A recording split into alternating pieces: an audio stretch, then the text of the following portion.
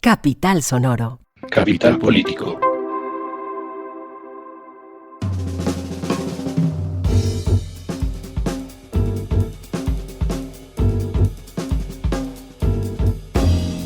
Capital Político es un podcast que semana tras semana, 2 veces a la semana, se ocupa de las noticias más importantes de Colombia, Bogotá y el mundo. Yo soy Santiago Rivas y tenemos un episodio con 3 secciones. Primero vamos a hacer un repaso noticioso, después vamos a hablar de una noticia en especial que llamó la atención de la gente, que es la solicitud que se le hizo a la doctora Marta Lucía Zamora de renunciar. Ella era hasta ayer, lunes 4 de diciembre, la directora de la Agencia Nacional de Defensa Jurídica del Estado. Y después vamos a hablar sobre la COP, porque la COP28 pues ha traído visibilidad, millones, controversias, dramas, lágrimas y por supuesto mucho petróleo. Combate contra el cambio climático, cero, pero todo lo demás ahí está. Entonces empecemos.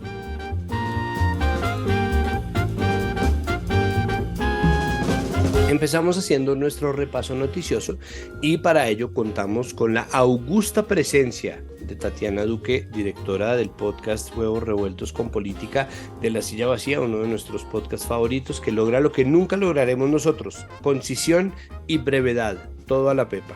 Hola Tatiana, muchas gracias por estar aquí en Capital Político. Hola, muchas gracias por invitarme y rico estar acá ya cerrando el año. Cierre de ciclos. De nuevas manifestaciones. Exacto, estamos haciéndonos ya una capul pensando qué vamos a hacer con el cierre de ciclo de Capital Político.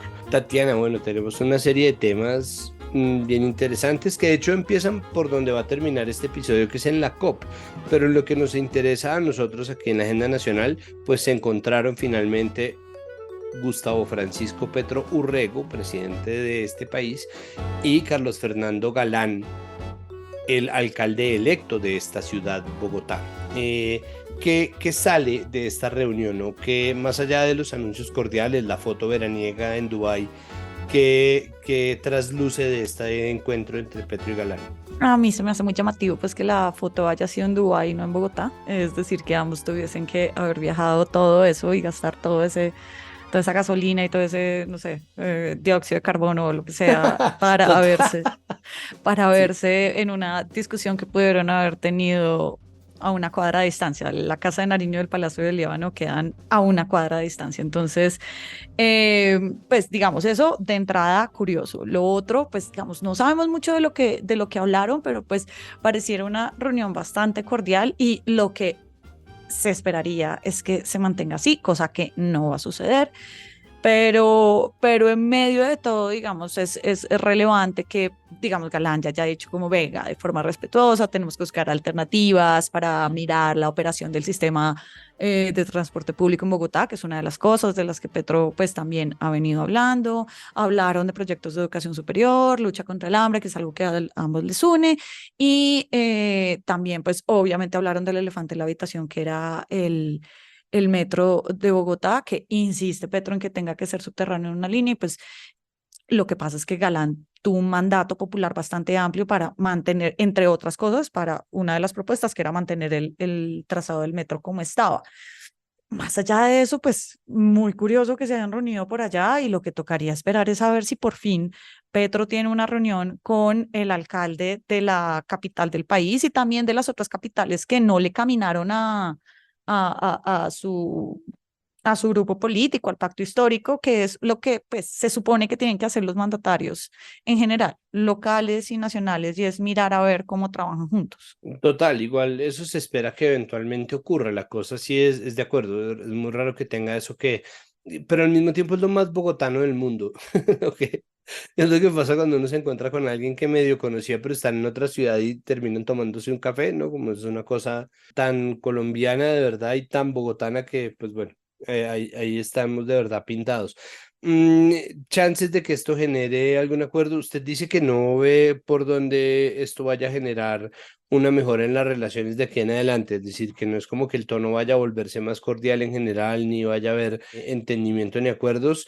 ¿Por qué? ¿Será que no hay manera de encauzar esa relación para que, yo no sé, yo creo que todos hablamos como desde ese lugar abstracto donde los conflictos se solucionan como si fueran musidramas, pero al mismo tiempo yo creo que se vale soñar, o sea, como que uno piensa, no, bueno, pero tiene que ser posible, ¿no? Que se solucionen los problemas de una manera racional. ¿Será que yo soy demasiado soñador? Tal vez, pues en medio de todo es que no podemos sacar mucho de qué decir después de una foto en Dubái, más allá de que se encontraron y quién sabe, pues digamos cómo se encontraron en términos de que de si esto fue arreglado previamente, pues esperaría o no que sí, pero digamos que esto tiene ya demasiadas aristas y y digamos hay una situación clave con el gobierno y es que el próximo año, que es el segundo año completo que va a tener el gobierno, va a ser un poco más de ejecución, como lo ha dicho el Ministerio de Hacienda, como lo ha dicho el DNP, como lo han dicho pues digamos ya varias organizaciones estatales y esto pues confluye directamente en también la ejecución que se le tiene que dar a varios de los proyectos que están en Bogotá, cosas que tienen que ver con Petro o con el Estado colombiano y Bogotá, más allá del metro, está esta propuesta de el gobierno de comprar el San Juan de Dios, por ejemplo, están las estrategias en seguridad, las estrategias de primera infancia, la reducción del hambre, entonces, digamos, habrá que tener un lugar de encuentro, seguro, pero digamos que las relaciones sean puntualmente armónicas, pues digamos, ya llevamos año y medio en donde no lo son. Entonces, independientemente de si son amigos o no, lo importante es que ejecuten. El siguiente tema nuestro es un colateral de la COP también, porque en su discurso en esta cumbre contra el cambio climático, Petro pues aprovechó como suele hacer para hablar de todos los temas que le preocupan y le competen y hizo la mención a pues lo que está pasando en Gaza. La posición del gobierno Petro y de Gustavo Petro, él como persona ha sido también muy clara en favor de Palestina, en contra de lo que está haciendo Israel. Eso generó problemas en un momento cuando no quiso condenar de forma inequívoca el ataque de Hamas del 7 de octubre, pero ya en este punto, con tantos muertos encima, a mí al menos, esto sí es mi opinión, casi como ponen la gente en las cuentas de Twitter, opiniones personales.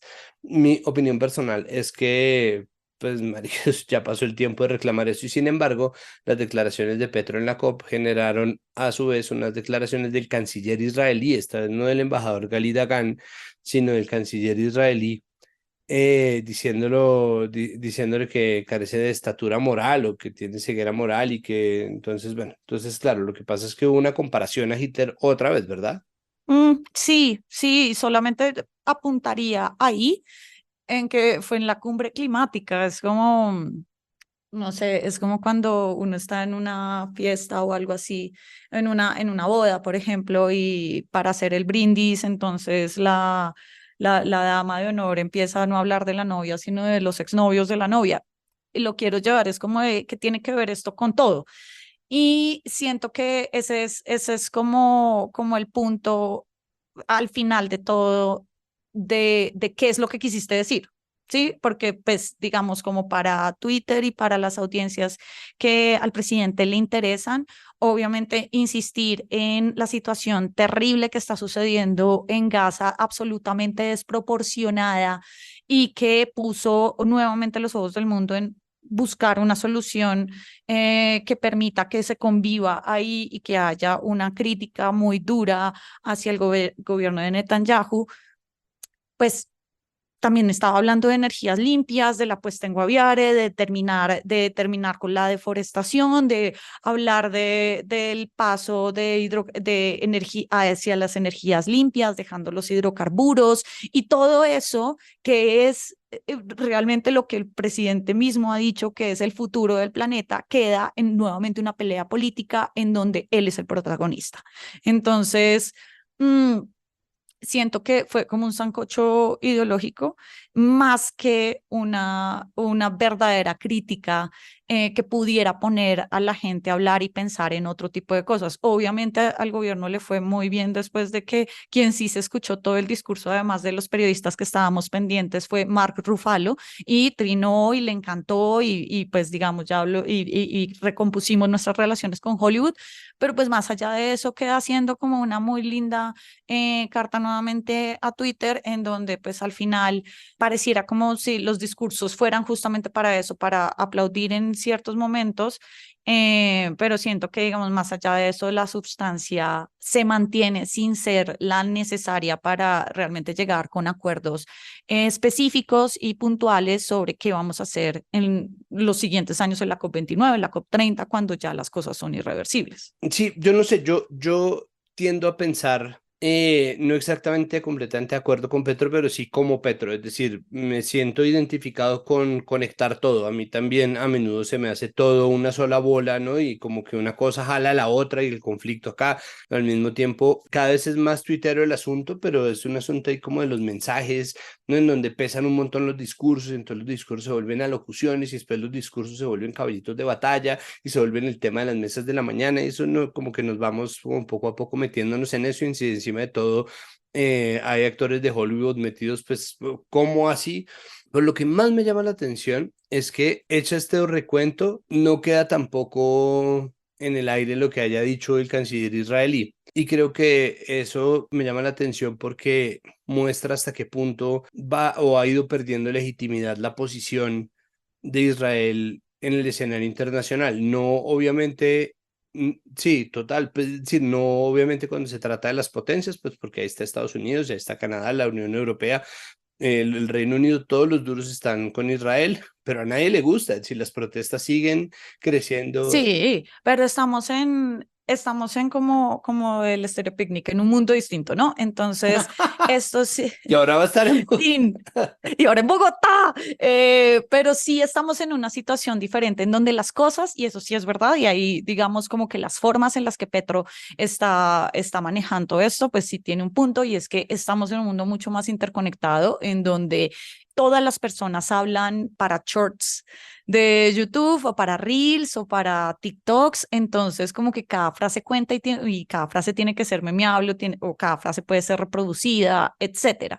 Entonces, claro, en un ecosistema así de hiperconexión, en donde nos recibe tanta información, el discurso, digamos, como más sobresaliente que había resistido durante 70 años de, digamos, de una ocupación justa, por decirlo así, entre comillas, pues es muy complejo ahora mantenerlo sin tener en cuenta estas realidades, sin tener en cuenta de que ahora es mucho más fácil ver realmente lo que está sucediendo, los daños inmediatos, y que independientemente de los actores políticos y armados involucrados, hay un montón de gente que está sufriendo de lado y lado, y un montón de gente que está atrapada en 40 kilómetros y que está a merced de unas bombas. Entonces, claro, en el marco de todo eso, ese tipo de cosas funcionan perfectamente. En términos de comunicación política, me sigo preguntando mucho, digamos, si este tipo de discursos pues trascienden a otro tipo de cosas. Nosotros no vemos el atrás, ¿no? No vemos el backstage, no vemos el back office, como llaman en diplomacia, de los cancilleres, cómo después resuelven esto, de si se enfrían las relaciones o no se retiran. Todavía tenemos a la embajadora de Colombia en Israel aquí en Colombia, no sé, entonces las relaciones están congeladas, eso nos abre o nos cierra una ventana para algo, en términos, digamos, eso nos cierra o nos abre puertas con qué mercados, con qué tipo de alianzas de otros lados del sur global. Entonces creo que, digamos, nosotros no tenemos el panorama completo, tenemos el discurso, y del discurso podemos pues echar carreta y podemos trinar todo lo que queramos, pero realmente de aquí en adelante es que nosotros vamos a de aquí en adelante, los próximos años o meses, es que vamos a ver las verdaderas repercusiones de estos discursos, que aún no sabemos qué vaya a suceder. No sabemos si esto va a beneficiarnos o no nos va a beneficiar, pero sí, digamos, para cerrar el punto, que digamos se siga hablando, que un presidente siga hablando de este tipo de cosas y que siga poniendo el dedo en la llaga, pues termina siendo relevante para seguir recordando lo que está sucediendo allá. Y volviendo a la soleada, Bogotá.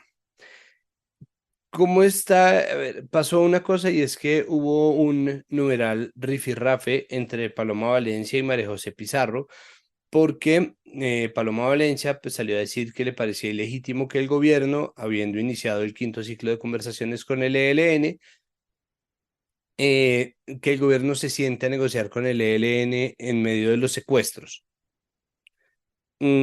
Pues es un punto válido, es decir, son puntos de vista, como que pues esa es exactamente la diferencia que existió entre el gobierno Duque y el gobierno Petro, ¿no? Pues digamos, son realidades irrefutables. Uno, siguen secuestrando, la Procuraduría dice que hay 30 personas secuestradas durante este año que han sido liberadas en algunos momentos. Realmente la cifra verdadera de cuántas personas están en este momento secuestradas por el ELN es muy difícil de saber. El Ministerio de Defensa hace un conteo, Indepaz hace otro, Procuraduría y Defensoría tienen un total anual, pero lo cierto es que es difícil hablar de un proceso de negociación que ha traído tantas complicaciones y que de todas maneras pasó por momentos muy mediáticos como cuando secuestraron a Mane Díaz y que el gobierno pues también puso toda la carne en el asador para pedir que los secuestros no estuvieran dentro de la política del ELN, cosa que el ELN nunca aclaró que iba a acatar y de hecho no lo acató. Se sentaron a negociar durante 4 ciclos sin ese tema como primordial en la mesa hasta el último ciclo que arrancó este lunes, en donde Oti Patiño ya dijo que ese iba a ser el tema clave.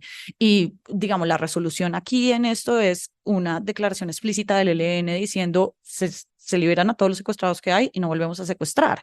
El punto es como las mismas cosas que han ocurrido con el ELN en los últimos procesos de negociación y no sabemos la línea de mando, no sabemos si es verticalidad, si todos los frentes van a obedecer y si no va a haber alteraciones al orden público y sobre todo pues van a parar los alivios humanitarios que han existido en varias zonas. Sí, sí, es importante, es decir, es bueno que llegue el gobierno con una línea roja.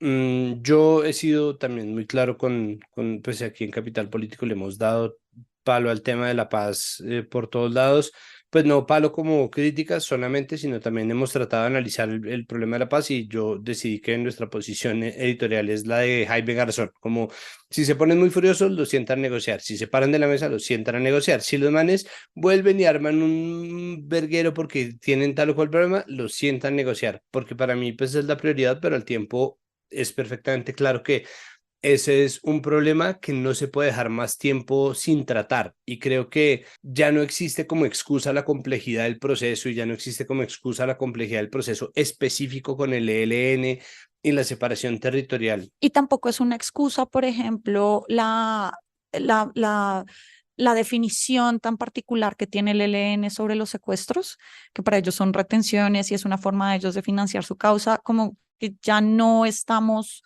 nunca lo estuvimos, pero digamos ese tema nuevamente, con esta nueva realidad y estos nuevos mundos, ya no estamos en una posición en donde podamos permitirnos como sociedad, permitir ese tipo de que pasen los días y que sabiendo que hay gente que está privada de la libertad, digamos, o sea, como, no sé, durante los momentos del secuestro de Mane Díaz y cuando, pues, digamos, el tema estaba más en boga, por decirlo así, de medios de comunicación, muchas radios, muchas emisoras arrancaban sus programas saludando a los secuestrados y eso a mí me hizo volver como a como un 98 cuando uno estaba saliendo de la casa y empezaba, no sé, cualquier programa de radio y decían exactamente lo mismo y es como, ya no estamos en ese momento y el ELN también, en el marco de una negociación, pues también tiene que ceder en ciertas cosas y una de las cosas fundamentales es ese es un alivio humanitario. Pues es que además si quieren algún tipo de legitimidad política, pues porque es que finalmente ese es el tema, o sea, todo esto lo desata una discusión porque María José Pizarro,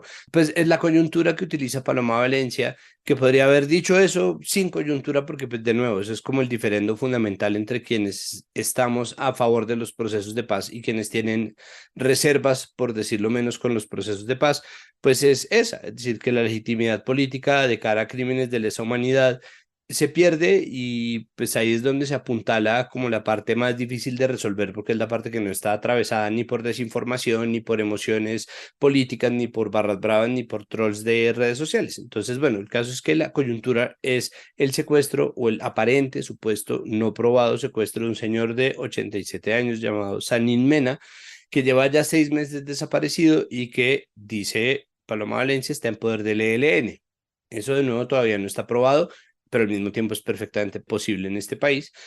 Y utiliza eso y la respuesta que le da María José Pizarro, que lo vuelve de nuevo pues una pelea de opinión entre políticos, es que no haga política con el dolor de la gente y que pues precisamente para eso se está sentando el gobierno.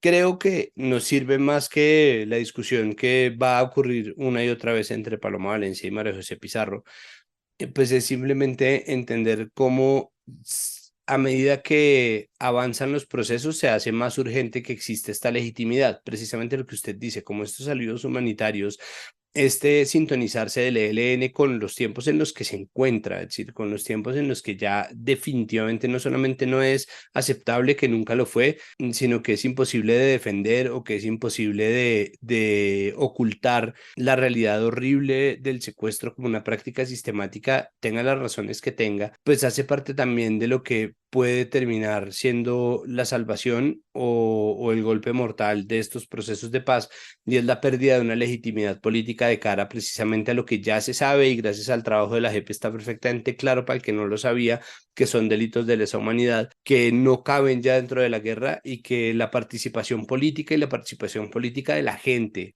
que está dentro de los puntos de acuerdo del ELN puede verse muy comprometida si ellos insisten en eso, es decir, independientemente de si están desagregados, disgregados desde estructura horizontal, en absoluto desapego, si tienen anarquía relacional, o sea lo que sea que hace el ELN con sus filas, el secuestro y sobre todo este secuestro además de una forma tercerizada, comprada a delincuencia común, una cosa completamente deshumanizante que ya lo era de por sí la retención forzosa de personas, pues termina obviamente volviéndolo inviable, pero inviable es también seguir combatiendo contra un grupo al que no se le ha podido ganar en casi 60 años. No, sí, es completamente inviable y además sí, hay que negociar, negociar, negociar y que hayan las garantías para que esa negociación llegue a buen puerto.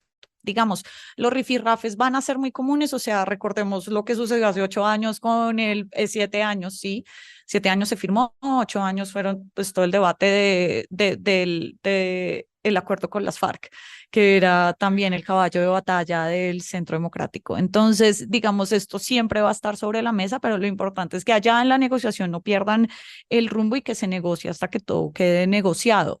Y pues, digamos, ya con una nueva cabeza en la comisión, en la oficina del comisionado de paz, como es Oti Patiño, puede haber un poco más de orden en algo que se sentía y que se siente todavía desordenado, desorganizado, tal vez, digamos, como la partitura de jazz que siempre ha dicho el canciller Leiva, pero que, digamos, se espera que pueda ser muchísimo más fluido y que se tenga claro cuál es el punto final. Sí, de acuerdo. De acuerdo, vamos a ver, ojalá que la experiencia de Oti Patiño pues sus credenciales ayuden a jalonar. No, recordar que hablando de música, no siempre los compositores de las partituras son sus mejores intérpretes y eso pues también termina por darle fin al ciclo de Danilo Rueda. Por último, ¿cómo es este cuento, Tatiana, de que el gobierno le está entregando el control de los hospitales a alcaldes? Es decir, está volviendo esto a niveles de gobierno local. ¿Cuál es esta nueva polémica con la que amanecimos hoy martes en Colombia?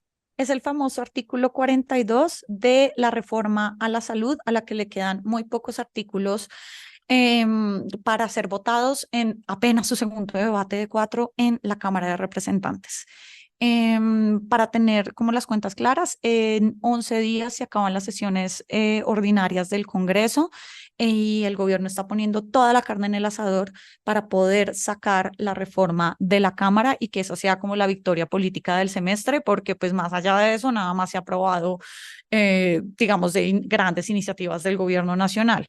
El artículo 42 está generando ampolla en este remate de la discusión porque es el artículo que define cómo se van a elegir a los gerentes de los hospitales públicos. Entre las bancadas existe el consenso de que debe haber una mezcla entre meritocracia y pues obviamente la autonomía que tengan gobernadores y alcaldes para escoger. Pero tal y como está redactado este artículo, es el Ministerio de Salud el que va a tener el poder de hacer una lista de elegibles supuestamente con base en la meritocracia para que los alcaldes y gobernadores definan. Esa situación no le está gustando, por ejemplo, a los liberales, que son claves para mantener el quórum y mantener la votación, y como no lo pueden y no pueden ajustar el artículo, pues se decidieron anoche salirse del debate y por eso levantaron la sesión anoche. Y esto, pues digamos, es un punto en donde todas las aristas políticas que están en contra de la reforma pueden coger y decir, ajá, es que van a meter a los amigos de los alcaldes, a los amigos del gobierno, a gente que no tiene idea de lo técnico que es manejar un hospital para darle los recursos públicos, bla, bla, bla, bla, bla, no sé qué, pero lo que sí es cierto es que en medio de todo puede tener muchos ruidos porque ya hemos tenido muchos y varios ejemplos en el pasado en donde la politiquería coopta el sistema de salud local.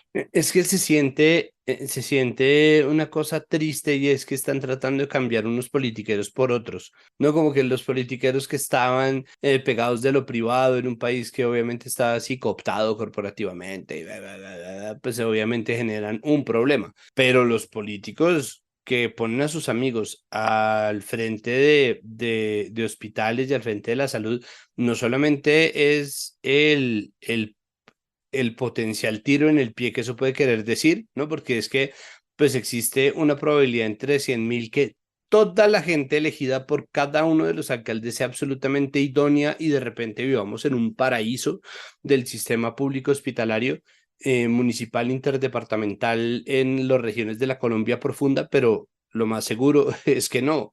Y el solo golpe potencial de eso pues genera una desconfianza que le resta muchísima legitimidad a cualquier cosa que se esté pretendiendo vender. No, sí, de acuerdo, además, porque obvio, una de las cosas, una de las líneas de defensa de la reforma a la salud es básicamente que no tengan que pasar por las EPS los recursos públicos que le entrega el Estado al sistema de salud y que pueda ser mucho más equitativo.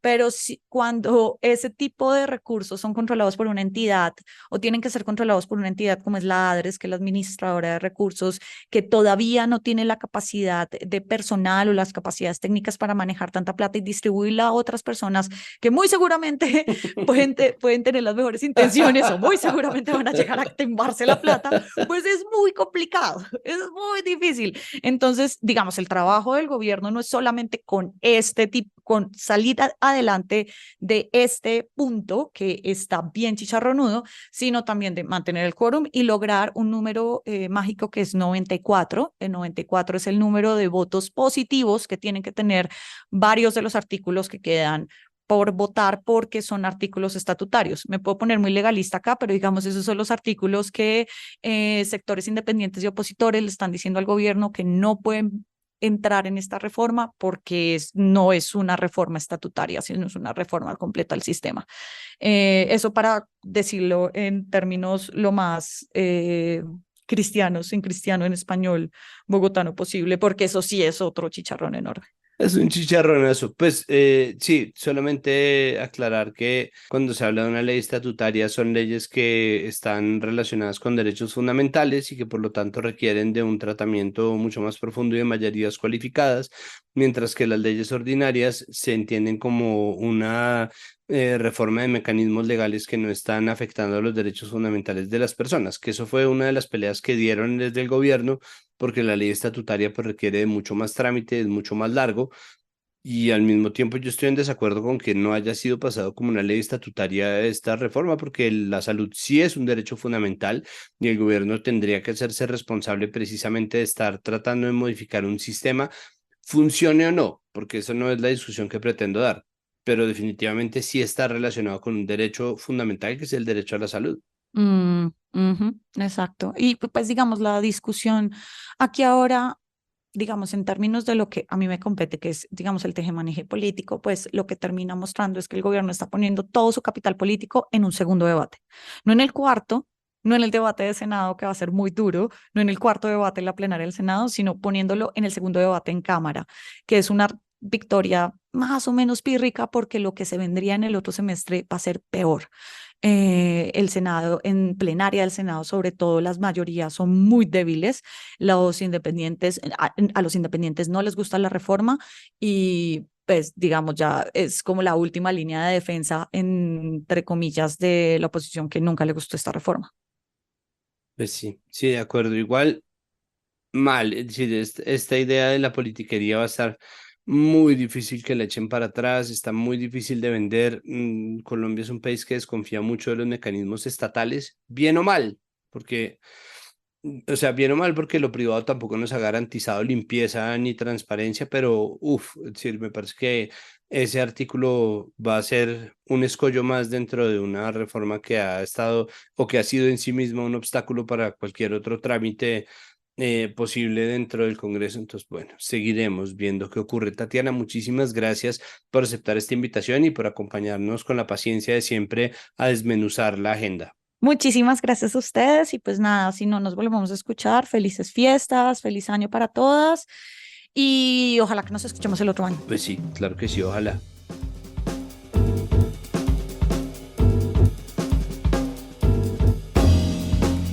Continuamos este episodio de Capital Político hablando sobre la noticia que ya veníamos comentando, la renuncia de Marta Lucía Zamora, la directora de la Agencia Nacional de Defensa Jurídica del Estado colombiano. Esto pues es un cambio que viene además con los rumores de una pelea y malos tratos hacia Zamora para que después el gobierno se decantara por pedirle la renuncia y pues nosotros queremos entender eso en dónde nos deja, qué representa y pues cuál es además la importancia. Aprovechemos para aprender cuál es la importancia de la defensa jurídica de un Estado. Para ello se encuentra con nosotros Juan Esteban Lewin, jefe editorial del País España, América, Colombia. Juan Esteban, bienvenido otra vez a Capital Político. Muchas gracias por aceptar nuestra invitación. Hola Santiago, no, muchas gracias como siempre por invitarme. Bueno, cuénteme un poco, ¿hay algo probado acá? ¿No? Hay un choque de versiones entre lo que dice Marta Lucía Zamora, que el canciller Álvaro Leiva le gritó, que esto pues fue una diferencia, que pues las diferencias son legítimas, los malos tratos no, acerca de la licitación para la fabricación de los pasaportes, que tienen un lío jurídico al Estado colombiano con la empresa Greg Thomas and Sons. Y la versión del gobierno Petro y del presidente específicamente es que no hubo gritos y que había otras diferencias distintas que los separaban del enfoque de Zamora. Entonces, ¿qué se sabe realmente de lo que pasó? Sí, pues la verdad es que por ahora hay un choque de versiones. Daniel Coronel, que es quien contó inicialmente la versión que después contó en micrófonos, la doctora Zamora, pues afirma que tiene otras fuentes que hablan por lo menos de los gritos, ¿no? De la manera en que el canciller habría tratado a la doctora Zamora. Y la verdad es que pues con informaciones, digamos, off the record previas, sí hay algunas versiones de ese tipo de tratos de parte de Álvaro Leiva. Entonces, digamos que a mí, por lo menos en lo personal, no me suena extraña esa versión en lo más mínimo. El presidente dice que no es cierto. Bueno, a veces también pasa que usted siente que me habló muy fuerte y yo siento que no, o lo contrario. Entonces, pues, digamos, aquí hay un margen igual, digamos, subjetivo, creo yo, pero yo creo que, digamos, hay una cuestión del trato del canciller, pero yo creo que más grave es quizás lo que ocurre con la licitación, con la defensa jurídica del Estado, con las relaciones entre miembros de un mismo gobierno. Porque como decía usted, una cosa es tener diferencias, que es normal en cualquier equipo, ¿no? Y otra es cómo se tramitan y cómo se manejan. Sí, de acuerdo. Y esto es una cosa que se está volviendo recurrente, ¿no? Como siento que hay como un sentido esparcido. Hace poco salió una investigación acerca de malos tratos en artesanías de Colombia, ¿no? Como de un pésimo ambiente laboral por cuenta de Adriana Mejía. Aparecen también los señalamientos contra la directora del Centro Nacional de Memoria Histórica. No, como que esto empieza como a brotar y pues se vuelve realmente un problema. Pero entonces, ¿qué hacer con el problema central? Porque eso es lo otro, ¿no? Porque es que en el centro de esto hay una discusión larga. La licitación para la fabricación de los pasaportes eh, trajo consigo un problema que fue pues la aparición de esta licitación que tiene solamente un proponente porque es la empresa que lleva haciéndolo toda la vida y pues las licitaciones para un solo proponente pues no son, no son idóneas. Pero al tiempo, pues esto genera líos y va generando una crisis. Finalmente tuvieron que contratar con esa misma empresa para generar los pasaportes. Entonces, ¿en dónde nos deja esa discusión? Porque creo que lo que está de fondo es eso. Sí, vea, yo creo que uno lo puede mirar desde dos lados. Uno es el tema específico de pasaportes, digamos, esa licitación en concreto, y otro es las dos cuestiones más amplias de licitaciones de tecnología, diría yo, y ya le explico por qué, y de licitaciones con un solo proponente o un solo habilitado, porque ahí también hay un poquito una diferencia, pero bueno, si quiere empecemos. En los pasaportes, digamos, ocurre específicamente, pues que el Estado colombiano no tiene, digamos, la tecnología para hacer con una empresa pública, eh, libretas de pasaportes. Lo mismo ocurre con otras cosas como las cédulas, por ejemplo, de ciudadanía o de extranjería, ¿no? Que el Estado no tiene la tecnología para hacerlas de tal manera que no sean fácilmente falsificables y que sean reconocibles, por ejemplo, por los escáneres y demás estándares de seguridad y de facilidad en el manejo, que son estándares internacionales. Entonces le toca buscar, pues, contratar empresas privadas o públicas extranjeras o demás que sí tengan esa capacidad. Y lo que pasa con los pasaportes en general, con las cosas de tecnología, es que muchas veces cuando un Estado, y le pasa lo mismo a las empresas, cuando se casa con una plataforma tecnológica, una tecnología, es muy difícil y muy costoso salirse de él. ¿No? Es lo que le pasa a uno cuando se pasa de Apple a Android o lo contrario, pero pues en una escala mucho más importante y mucho más grave, ¿no? A uno lo que le pasa es una tontería, pero yo no sé si la gente, algunos de los que nos escuchan, pues conocen o han tenido, les ha tocado en empresas cercanas o lo que sea, migrar, no tengo ni idea, de una plataforma de facturación a otra, por ejemplo, o de una plataforma para la página web a otra. Eso es un lío. Y pues en una cosa, pues que es de un servicio público como tener pasaportes, pues es un lío más grande. Entonces lo que suele pasar con ese tipo de licitaciones de tecnología es que una vez uno se casa con una tecnología, es muy difícil salirse de ahí y es una decisión muy, muy costosa. Entonces, ese tipo de procesos suelen tener pocos proponentes y pocos interesados por el miedo mismo. Mira, a mí me contaba, hay otra licitación en la que pasa lo mismo, de hecho los protagonistas también son Thomas Gregor Sons, que es la licitación para hacer las elecciones. Siempre, cada vez que hay elecciones hay la misma discusión, que por qué, que es una licitación muy costosa, que por qué se lo vuelve a ganar Thomas Gregan Sons. Y a mí me decía así, hace ya unos años, porque esto se repite desde hace décadas, pues, me decía un ex registrador, dice, vea, es que si yo me atrevo a cambiar a un proponente que quizás es más barato, por ejemplo, y sale mal las elecciones, imagínese el lío para el país entero. Un poquito al final del día es el viejo argumento de más vale malo conocido que bueno por conocer. Pero es que imagínese el lío para la Cancillería de donde cambie de proponente, donde amplíe tanto la tecnología que llegue a alguien que le dice, no, es más barato, no sé qué, y nos quedemos sin pasaportes. Imagínese el lío que se le arma a la Cancillería del gobierno, a este o al que sea. Uy, sí, absolutamente. Es decir, sí, sí, pero al tiempo, pues es muy problemático que solamente Claro, haya una empresa para eso, ¿no? claro. Claro, no, claro, es muy problemático. Entonces, ¿qué pasó en concreto con esta licitación? Para ya volver a lo concreto. Esto no era una licitación donde, digamos, se dijera solo se puede un proponente. Y nunca se puede así, ¿no? De hecho, la ley lo prohíbe. La ley lo que dice es usted tiene que establecer unos requisitos para que la gente se presente a participar.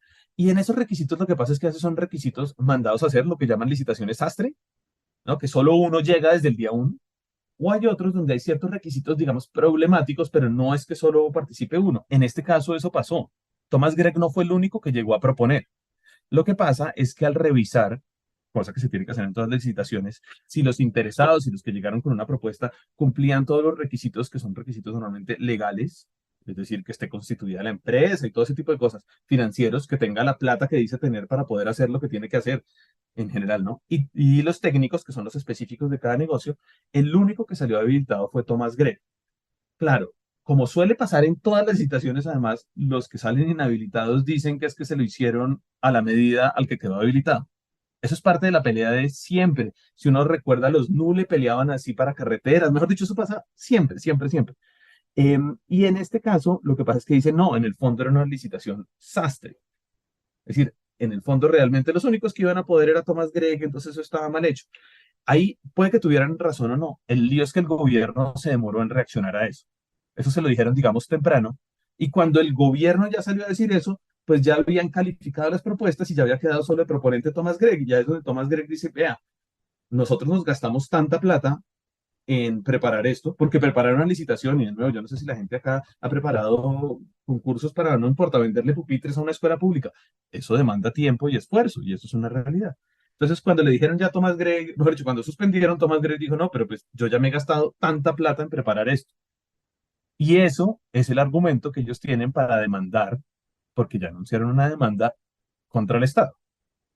Entonces, al demorarse el gobierno, por un lado tenía el lío de que ya se iba a acabar, le quedaban semanas al contrato que tenía Thomas Gregg desde antes, lo que lo tuvo que prorrogar un par de veces, pero además llegó al punto en que Thomas Gregg tenía suficientes argumentos para demandar al Estado.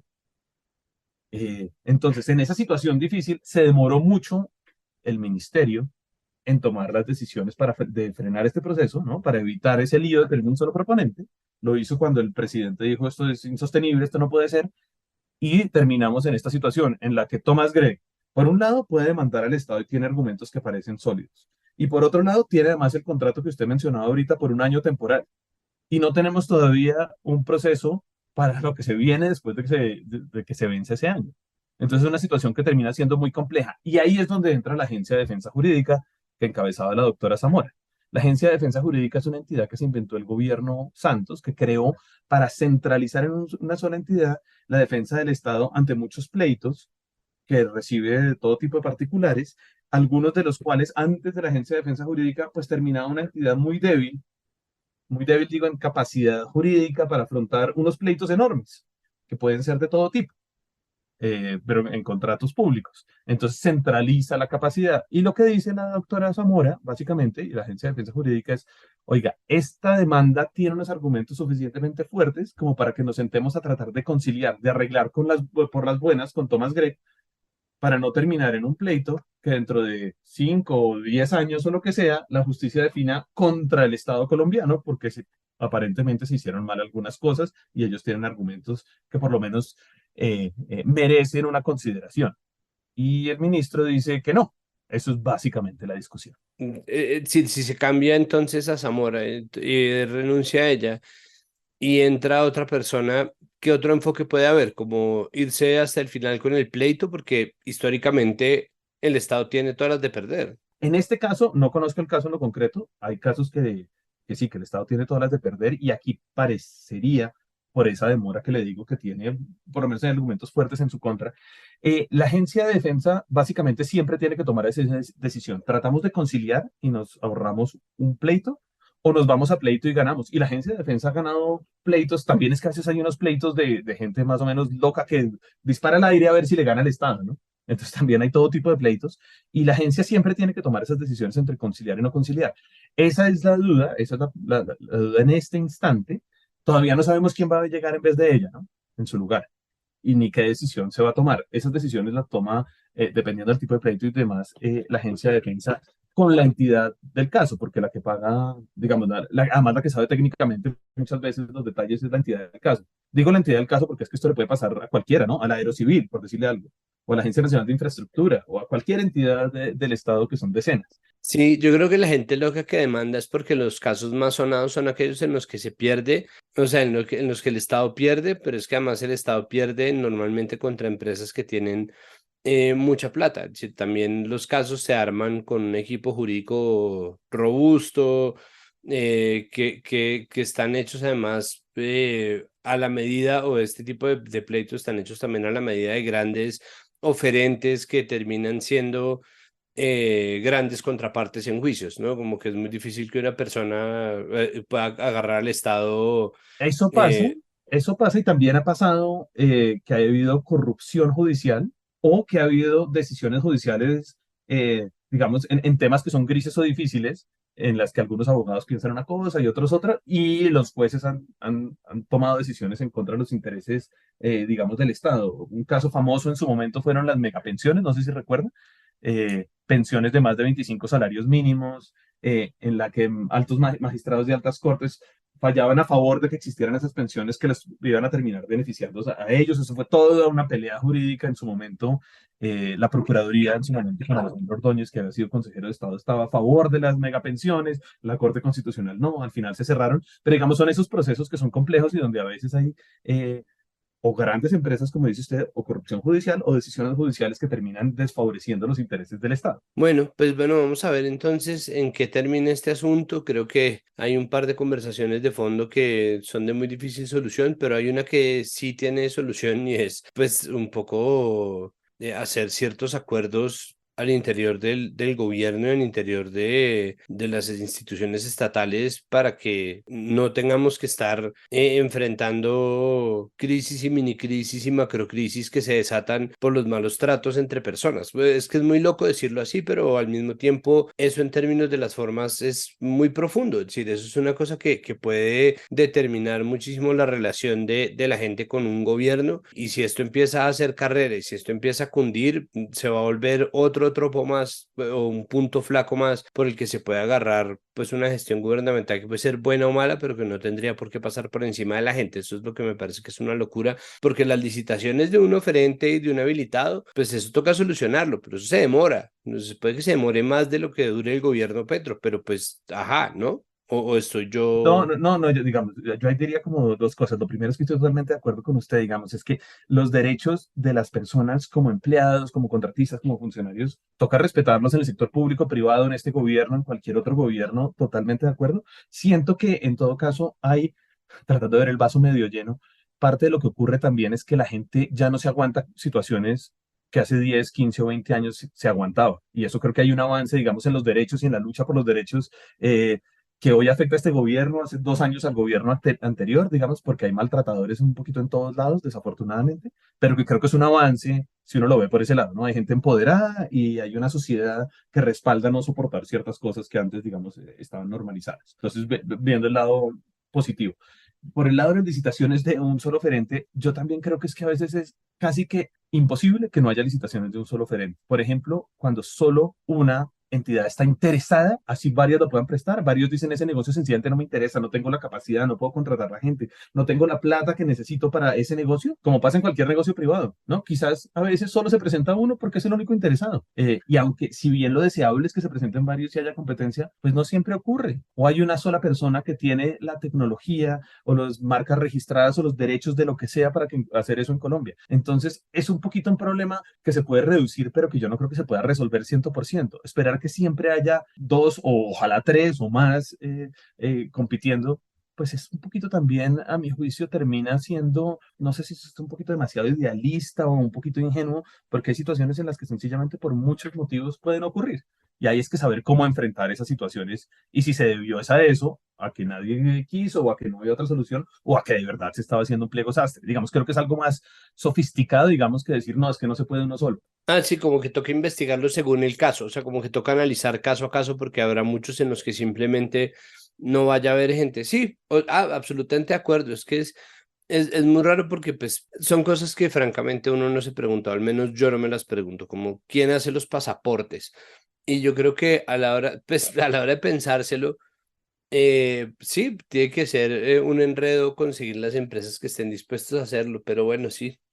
Sí, creo que podemos simplemente revisarnos y tener esa conversación como país. Ojalá no tenga que pasar por caos. Sí, que ojalá no póngase por caos, por desorden, por maltrato. De acuerdo. Pues Juan Esteban, muchísimas gracias por aceptar nuestra invitación y por ayudarnos a hacer claridad como este episodio, ¿no? Que esto como que de repente estalló ayer lunes, estamos grabando esto martes 5 de diciembre. Y fue como, no, pero ¿cómo así? Yo creo que mucha gente se enteró de que existía la Agencia de Defensa Jurídica del Estado y fue como, todo tiende a estallar en este gobierno y pues bueno, nosotros estamos ahí al menos para ver eh, el trayecto de las esquirlas. Muchísimas gracias. No, no, no, mil gracias y estamos hablando. Una actualización breve de este tema de Marta Lucía Zamora. La periodista Paola Herrera muestra un documento del Comité de Conciliación de la Cancillería en el que todos, menos el canciller Álvaro Leiva, aprueban la propuesta para buscar un acuerdo con Thomas Gregan Sons, como lo propuso la Agencia Nacional de Defensa Jurídica del Estado colombiano. Lanza a Paula Herrera la pregunta de por qué se niega el canciller Leiva a aceptar esta propuesta. Nosotros también tenemos esa pregunta, así que espero pronto poderla resolver, pero pues bueno, ahí está simplemente esta pequeña actualización. Seguimos con nuestro temario en Capital Político.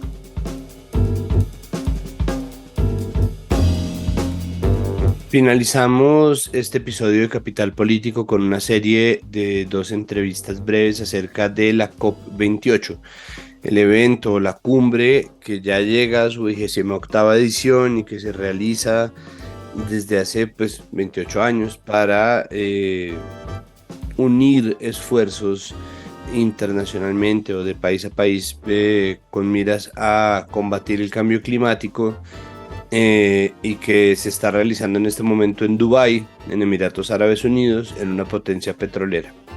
Para hablar sobre esto, sobre la ironía, sobre el papel de Colombia, estamos primero con María Mónica Monsalve, periodista del País de España, América, Colombia, que está directo desde Dubái hablando con nosotros. María Mónica, muchísimas gracias por aceptar nuestra invitación. Bienvenida a Capital Político. Hola a todas y a todos los que están escuchando acá ya desde la tarde de Dubái y pues muchas gracias por la invitación. Bueno, cuénteme un poco o hágame por favor un balance general de cómo ha sido la experiencia de estar en esta cumbre en Dubái. Bueno, digamos que esta cumbre ha sido bastante particular porque como lo decía, pues digamos es un país cuya economía viene del petróleo y pues todos sabemos que a nivel mundial la actividad humana que más genera gases de efecto invernadero, que son los que genera la crisis climática, pues son los combustibles fósiles. Entonces digamos que desde que se eligió la sede hubo algunas como dudas sobre eso. A eso se suma que el presidente de la COP es además el director de la empresa petrolera de Emiratos Árabes Unidos, y pues bueno, eso digamos que ha generado muchas controversias, lo que no significa que a nivel, digamos, ya de la negociación, porque pues una cosa es como lo que uno escucha a nivel político y otra cosa es lo que están haciendo las delegaciones a nivel técnico a puerta cerrada, que son, digamos, las negociaciones y que es lo que va a llevar a que haya un texto final acordado entre países. Entonces eso no, mejor dicho, que estemos en esta sede petrolera no quita que hay una serie de personas haciendo un trabajo técnico para sacar los acuerdos adelante. Sin embargo, pues eso más la edición anterior que fue realizada en una ciudadela especialmente hecha para eso, al lado del Cairo en Egipto, más lo que pasó en Glasgow, eh, de, eh, en donde el lobby petrolero ya era perfectamente visible, hace que mucha gente sienta que es un fracaso la COP o que es inútil la COP. Sí existe la posibilidad de que algo se solucione allá, sí existe la posibilidad de que estas contradicciones igual saquen adelante acuerdos que de cara a lo muy urgente que es, porque este es el año en que el clima se siente como que se rompió definitivamente, o sea, de cara a esa urgencia, si hay algo que pueda hacer la COP. Sí, pues digamos que la COP no lo soluciona todo, una COP no soluciona todo porque las COPs, digamos que lo que están haciendo es negociar varios frentes sobre el cambio climático, como la COP que dio el mayor lineamiento fue la que se hizo en la cumbre de París, que sacó el Acuerdo de París, y digamos que a partir de entonces en cada cumbre lo que se negocian, perdón, son como las reglas de juego de cómo lograr ese Acuerdo de París. En este momento, digamos, lo que va a estar en el ojo del huracán es un tema que habla sobre los combustibles fósiles y es un tema muy de negociación y pues cuando uno está cubriendo esto se da cuenta que les encantan las palabras y enredarse un montón a los negociadores con las palabras. Entonces, lo que está sobre la mesa o lo que se está esperando que haya una pronunciación en la decisión final es que se hable de phase down fossil fuels, que es como disminuir los combustibles fósiles, pero dejando como un espacio para que algunos combustibles fósiles se sigan usando, o phase out fossil fuels, que es decir, que los combustibles fósiles se eliminen del todo. Esto es, digamos, lo que está generando más expectativa en esta COP. Y pues, digamos que hay digamos, un tira y afloje entre países por saber qué va a quedar el texto final, si phase down o si phase out los combustibles fósiles. ¿Cuándo podemos empezar a ver los resultados de estas negociaciones y a qué plazo se está negociando? Es decir, ¿en cuánto tiempo se está negociando la salida de estos combustibles? Pues realmente los resultados de esta COP van a estar entre el 12, 13, 14 de diciembre. La COP en teoría se acaba el 12, pero usualmente y tradicionalmente se extiende unos 2 días más. Sobre fechas, digamos que se negocie la salida de combustibles fósiles con fechas, es muy poco probable. No, está bien. Pues bueno, es que yo siento dos cosas. Primero, que nosotros ya se nos había puesto un límite y que ese límite ya se dijo que se iba a rebasar. Y lo segundo, que había un límite temporal que era 2030 y decidieron correrlo a 2050, lo cual pues un poco termina por apuntalar discursos anticientíficos del negacionismo del cambio climático, porque, pues, es decir, es precisamente cuando no hay este tipo de límites claros, cuando no existe la posibilidad de confrontar a los grandes poderes petroleros, empezando por quienes viven de la economía petrolera como Estados Unidos, pues, o sea, que mueven su economía a partir de eso, hace que sea, pues de nuevo, como que la sensación es muy dura. Yo lo digo porque siempre al lado de la COP se realiza una COP popular en donde van activistas, donde van organizaciones como de más bajo nivel. Y existe como un abismo entre esos discursos. Ese es de donde viene precisamente mi sensación, porque es que antes nos habían dicho que era 2030 ¿o no? No, o sea, digamos, hay dos objetivos, digamos, que tienen que tener los países. Entonces, es una discusión súper técnica y creo que la COP o las negociaciones fallan en eso y es que les encantan las siglas, les encantan ser súper técnicos, pueden estar debatiendo si, o sea, como esto está en inglés, pueden estar debatiendo un día entero si van a poner should o shall o would, sí, como estas palabras o si se va a invitar a una delegación o se va a ordenar una delegación, o sea, les encanta esto. Y dentro, digamos, de este acuerdo de París, lo que se le pidió es a los países que hicieran, ¿cómo se dice? Como compromisos voluntarios de cómo reducir emisiones. Entonces, hay unos compromisos como a corto plazo, por así decirlo, que son los compromisos a 2030, y luego hay unos compromisos a largo plazo, que son los compromisos a 2050. Y a 2050 es que se tiene que lograr el balance neto de cero emisiones. La otra parte de la COP, que pues obviamente en los países solemos estar observando, pues son los discursos.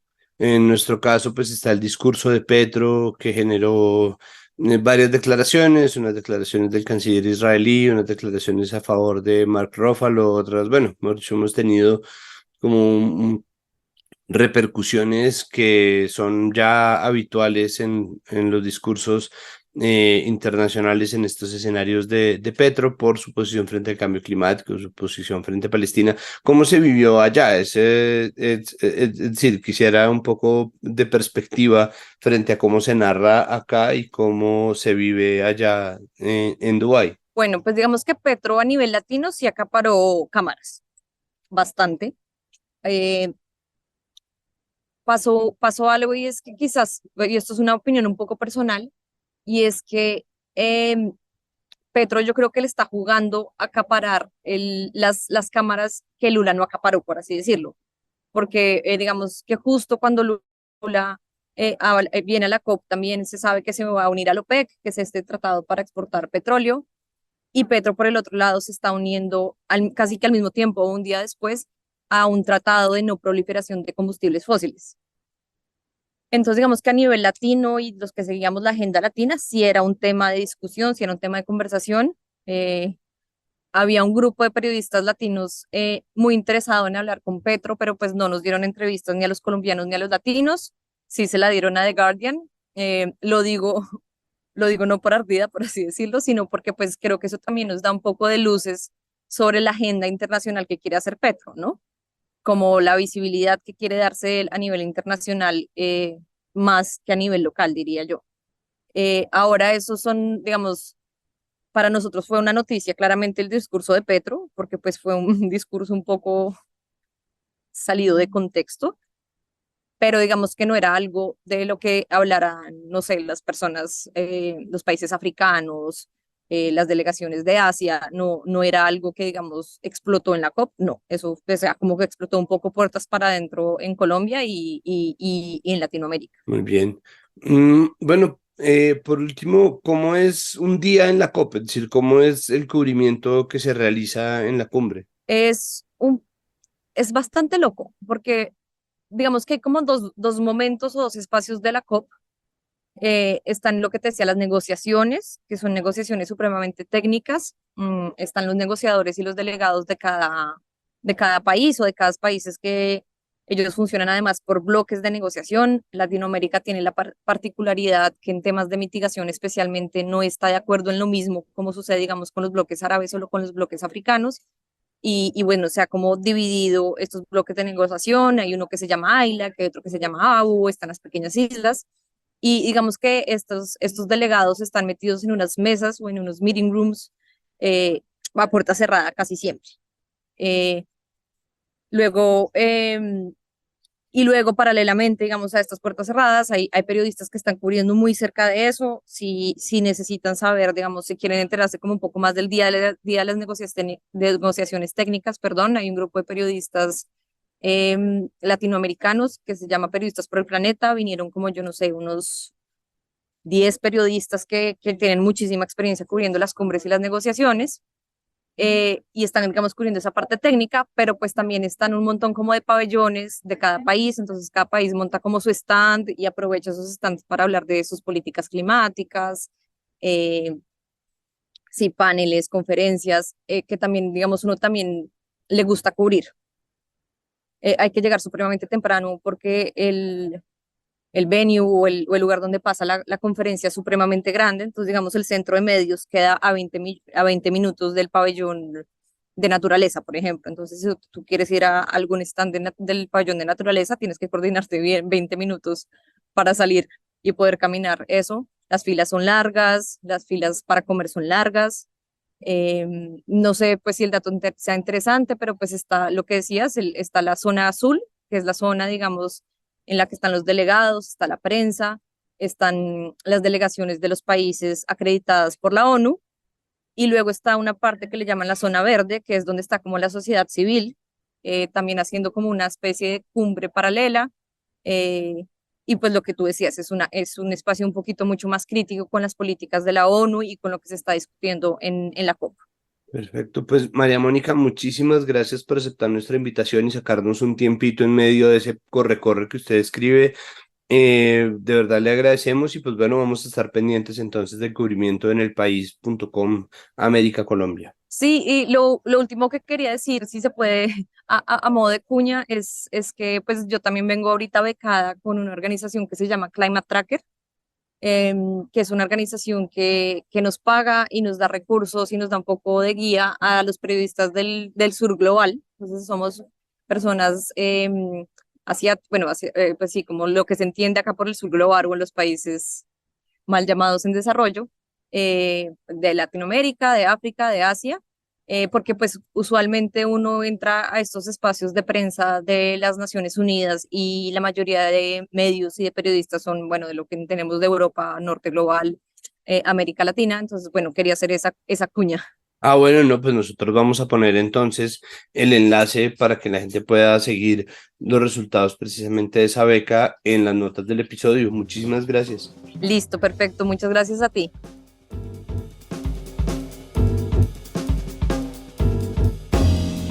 Habiendo explorado lo que corresponde a la COP, lo que es una COP, queremos seguir hablando sobre el desempeño de Colombia dentro de esta cumbre y el desempeño de la delegación gubernamental, las negociaciones que se hicieron y los anuncios que vinieron de un TLC con los Emiratos Árabes Unidos, la llegada de una inversión poderosa a La Guajira por parte de este país, que es sede de la COP, y para eso tenemos esta entrevista de Juan Pablo Conto. Juan Pablo, adelante. Bueno, Santiago, estamos entonces con Paula Ruiz, docente e investigadora del área de Relaciones Internacionales de la Universidad Externado de Colombia. Paula, bienvenida a Capital Político, ¿cómo está? Muy bien, muchas gracias por la invitación. Paula, en términos generales, ¿cómo ve la participación de Colombia en la COP y puntualmente el papel de Petro? Partamos como la respuesta en esos dos momentos. Bueno, lo primero es que pues era una posición previsible frente a lo que habíamos visto en la última COP en Egipto, frente a lo que habían sido sus declaraciones. Hay un discurso pues muy enfocado hacia la necesidad de empezar a hacer pues una transición energética más acelerada, en el cual pues el gobierno colombiano quiere generar una especie de liderazgo regional. Así que creo que para el gobierno colombiano pues fue positivo en la medida que está en sintonía frente a lo que esperaban, por ejemplo, muchos activistas en materia de cambio climático, frente a las declaraciones, frente a ver cómo los gobiernos se comprometen en este proceso pues de combatir el cambio climático. Obviamente, pues digamos que para nosotros pues sigue estando más marcado pues alrededor de la retórica en la medida que Colombia pues frente a lo que es la emisión de gases de efecto invernadero versus otros países pues realmente no es tan alto el porcentaje lo que representa, pero sí pues vimos que fue elogiado en las redes sociales pues a partir de a través de distintos personajes y demás. Entonces, pues creo que el gobierno colombiano hizo en alguna medida pues lo que se espera en un evento y en un foro y lo que la gente quiere oír en un foro y en un evento pues de este calibre. ¿Qué recibe Emiratos Árabes con la inversión prometida de 40 millones de dólares? Bueno, en ese sentido, pues digamos que no es la primera vez que estos actores quieren invertir en el país, no es la primera vez en la cual pues se hacen este tipo de anuncios en materia de cooperación internacional para el país. Es importante porque pues de alguna manera es ayudar a que se puedan cumplir pues todos estos proyectos de transición energética y estos fondos que prometen para los países en desarrollo. Entonces, pues creo que es, sin lugar a dudas es importante para el país. ¿Qué obtienen? Pues bueno, allá habrá que ver cuáles son las negociaciones, porque siempre ha sido bastante polémico frente a lo que implica, cuál va a ser el rol frente a la explotación de zonas que no necesariamente las comunidades quieren que se sigan explotando y demás. Esto es un concepto que ha estado ligado a todo lo que fue esta cumbre y pues el tema de la transición justa, ¿no? Que no es solamente pensar en disminuir los gases de efecto invernadero, sino también de alguna manera pues mitigar todos los perjuicios que trae aledaña a la explotación en materia social y en materia económica. Entonces, todos estos nuevos acuerdos que se hagan frente a acuerdos de cooperación, pues tienen que tener en cuenta pues este elemento, el impacto que puedan generar también en las sociedades y en sus entornos próximos. Y acorde a esto, Paula, ¿qué podría entregar Colombia? Bueno, pues hay que ver, como te decía anteriormente, pues cuáles van a ser los acuerdos. Hasta el momento, pues ahora solamente se han hecho los anuncios, hasta el momento simplemente se está mencionando que va a haber un apoyo importante y no solamente de Emiratos Árabes Unidos, sino que también pues lo que pudimos ver como el resultado de la cumbre, pues es que ahí va a haber financiación por parte de distintos actores en distintos fondos para países en desarrollo. Este es el momento y esta es la oportunidad pues de este grupo de países de realmente aprovechar estas inversiones que llegan a través de la aprobación, por ejemplo, del Fondo de Daños y Pérdidas para Desastres Climáticos de Países en Desarrollo que se aprobó el primer día de la cumbre. También pues el incremento o la mención que hizo el gobierno de Estados Unidos de poner más recursos para el Fondo Verde para el Clima. También vemos el compromiso por parte de la Unión Europea para financiar cada vez más proyectos que vayan dirigidos a una transición energética, a una transición verde. Entonces creo que este es un momento de empezar a aprovechar pues todas estas inversiones que van a empezar a llegar de parte de distintos actores que de alguna manera muestran cuál es su compromiso con los países en desarrollo frente a lo que va a ser pues ese proceso de transición, de eliminación gradual de energías fósiles y cuál va a ser pues el papel de los combustibles. Entonces creo que aquí hubo, más allá de esos anuncios, pues que no van a ser positivos únicamente para Colombia, sino que pues realmente para los países en desarrollo. Ahora aquí lo importante es pues cómo superamos pues todos estos discursos y toda esta retórica. Ahora pues tiene que haber una verdadera voluntad política de parte de todos estos países por empezar a incrementar, pero también de parte de los países en desarrollo de empezar a cumplir frente a lo que se espera de los proyectos que se van a financiar a través de todos estos fondos. Y por último, Paula, ¿qué balance nos va dejando la presencia o el papel del gobierno en la COP en términos de política internacional hasta el momento, pues teniendo en cuenta lo recorrido en más de un año de gobierno? Bueno, hubo, digamos, un elemento importante por señalar, y es que durante la COP28 el gobierno colombiano presentó su Estrategia Nacional de Cooperación Internacional.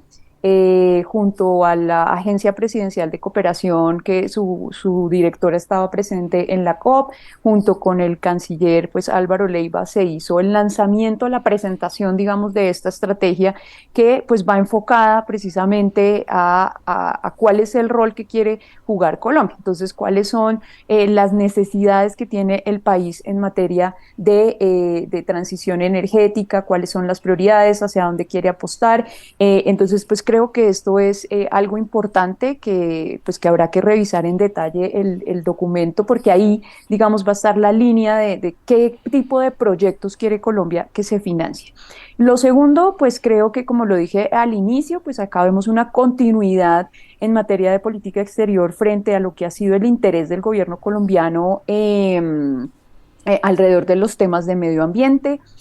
También resalto como algo positivo que el electo alcalde de Bogotá estuviese también participando pues de esta COP, porque pues realmente es una muestra de que ya los gobiernos nacionales pues tienen que empezar a alinearse con en el ámbito de lo local, pues en este caso con Bogotá, para mirar qué tipo de proyectos, hacia dónde se va a financiar, a mirar pues que de pronto es algo que también es importante y que no se resalta tanto. Y como lo dije, pues esto ya no es cuestión únicamente de los gobiernos, ya no es una cuestión pues netamente de ver cómo actúan, sino que acá pues alrededor hay una serie de actores que también están jugando un rol importante. Por ejemplo, en la COP28 miraba en algunos titulares y en algunos medios de comunicación que hubo un récord, por ejemplo, de participación de empresas de hidrocarburos o de empresas que se consideran que generan energías contaminantes haciendo lobby. Esto pues demuestra la preocupación que hay en el sector de que, bueno, de pronto puede ser una señal de que vamos a empezar a pasar de la retórica a la práctica, no lo sé, pero sí es interesante pues ver que estas empresas nunca se habían preocupado por tener una actividad tan importante en el marco de estas conferencias y la tuvieron. Entonces, pues eso creo que también lo quisiera resaltar frente a esas conclusiones. Paula, pues muchísimas gracias por acompañarnos en Capital Político. Gracias a ti, Juanpa. Y hasta aquí este episodio de Capital Político. Recuerden que todo lo que hacemos en Capital Sonoro, que tiene no solamente este podcast, sino muchos otros, pueden ustedes encontrar el resto de contenidos si buscan Capital Sonoro en todas las plataformas en las cuales ustedes escuchen podcast. Recuerden que todo lo que se hace aquí en Capital Sonoro se hace gracias al trabajo arduo de nuestra productora María Alejandra Cuestas, de nuestro periodista, investigador Juan Pablo Conto y de nuestro editor Cian León Bernardo González. Recuerden también que tenemos un podcast noticioso que sale todos los días en la tarde. Ahora un podcast es uno de los muchos formatos en los cuales se difracta, se divide y se expande el sistema noticioso del sistema de comunicación pública Capital, que se llama Ahora, y ustedes pueden encontrar todos los contenidos, incluyendo por supuesto nuestro podcast, a donde sea que miren y en donde sea que se encuentren. Pueden suscribirse también al boletín de noticias diario que va a llegar a su correo electrónico. De la misma manera, recuerden que esto es comunicación pública, es decir, nosotros no necesitamos ningún tipo de suscripción o no necesitamos financiamiento de nadie. Muchas gracias por pensarlo. Lo que sí es, ya que la plata se la va a dar a un proyecto independiente que en realidad lo necesita, a nosotros lo que nos puede dar es un empujoncito con la difusión, ayudarnos a recomendarnos en sus chats familiares y de amigos, en sus redes sociales, pegar el enlace, y si la plataforma en la cual usted escucha Capital Político y cualquier otro podcast que nosotros tengamos tiene la posibilidad de calificar, por favor denos una calificación, ojalá buena, siempre y cuando le nazca. Muchísimas gracias por su audiencia y nos oímos en el próximo episodio al final de esta semana. Hasta luego. Capital Sonoro.